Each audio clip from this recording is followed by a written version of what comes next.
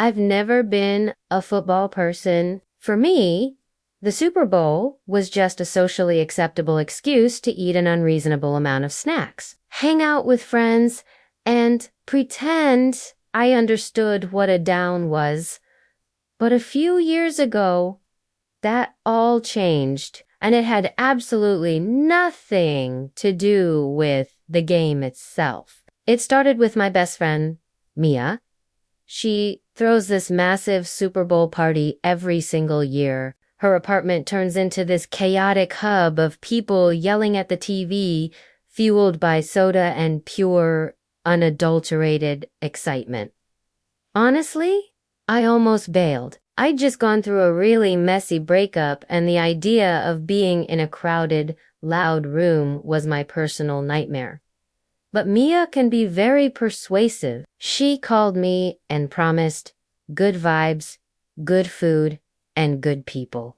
I figured I could at least handle the food part, so I dragged myself there, fully intending to hide in a corner with a bowl of guacamole. When I walked in, the energy hit me like a wave, and then I saw her. She was standing across the room, tall and radiating this incredible confidence. She was wearing a football jersey that was at least 2 sizes too big, and she was laughing this genuine, room-filling laugh.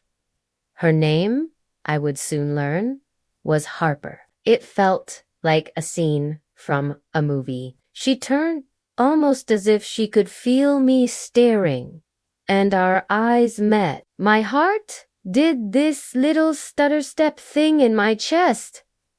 Instead of looking away, she smiled, a real, warm smile. Then, holding a plate piled high with nachos, she started walking towards me. "You look like you have absolutely no idea what's going on," she said, her voice teasing. I couldn't help but laugh. "You caught me," I admitted. "I'm really just here for the commercials and the 7-layer dip."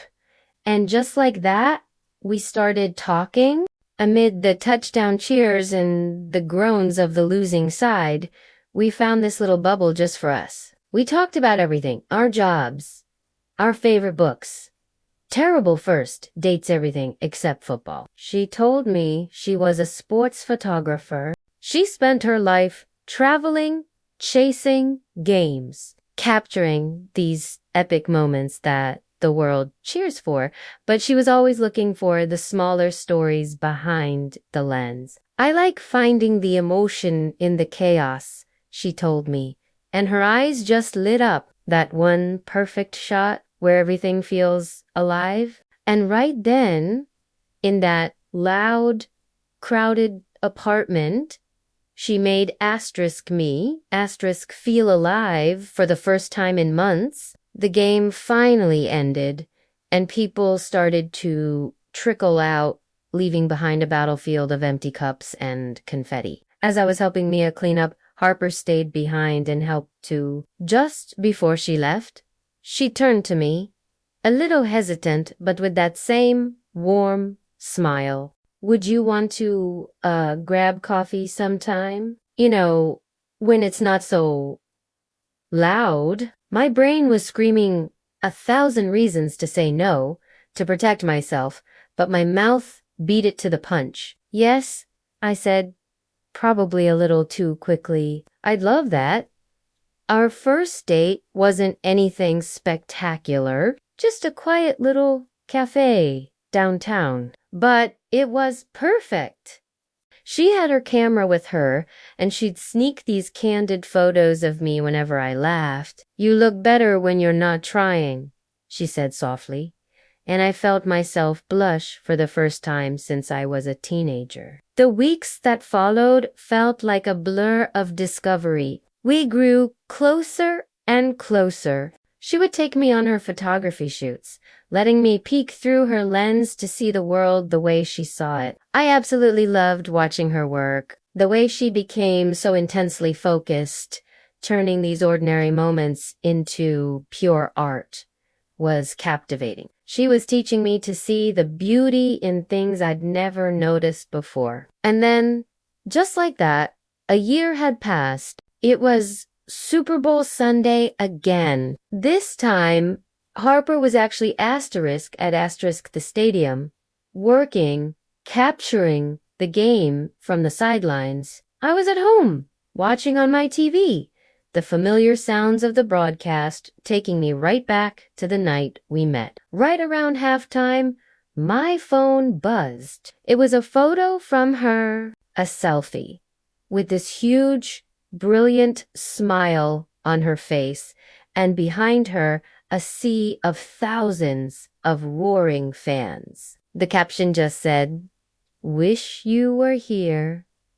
My heart swelled. Later that night, long after the game was over, there was a knock on my door. It was Harper, looking tired but happy, holding 2 slices of pizza and wearing that same grin that I had fallen for. She leaned against my doorway and said, "You know, the Super Bowl has officially become my favorite holiday." I played along, pretending I didn't know why.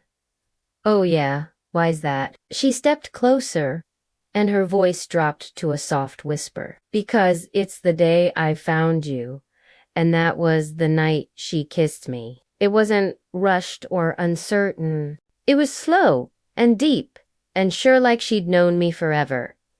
And for the first time in so long, I wasn't scared. I wasn't overthinking or comparing this to past heartbreaks or holding anything back. I just felt happy. We've watched every Super Bowl together since that day, not because we suddenly care about the game, but because it's our anniversary. It's a reminder of how it all began. Sometimes love doesn't need a perfect setup or some grand romantic gesture. Sometimes it just finds you in the middle of a crowded living room while you're holding a plate of chips with a completely lost look on your face. And sometimes it's not the game that changes your life, it's the person you happen to be sitting next to while it plays. Thank you so much for listening to my story. If you enjoyed it, I'd be so grateful if you'd like this video and subscribe to the channel. It really helps more than, see you in the next one.